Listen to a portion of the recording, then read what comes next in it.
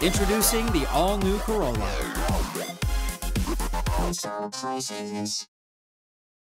And so this really begins, the basic infrastructure is there to proceed to really implement an EHR. And then there are certain data points at which you will be eligible. So, for example, if the hospital is able to submit certain data sets and show that it can that it is monitoring, that the system has these capabilities, that's what we have to do, is show evidence of that in order to be eligible for the money.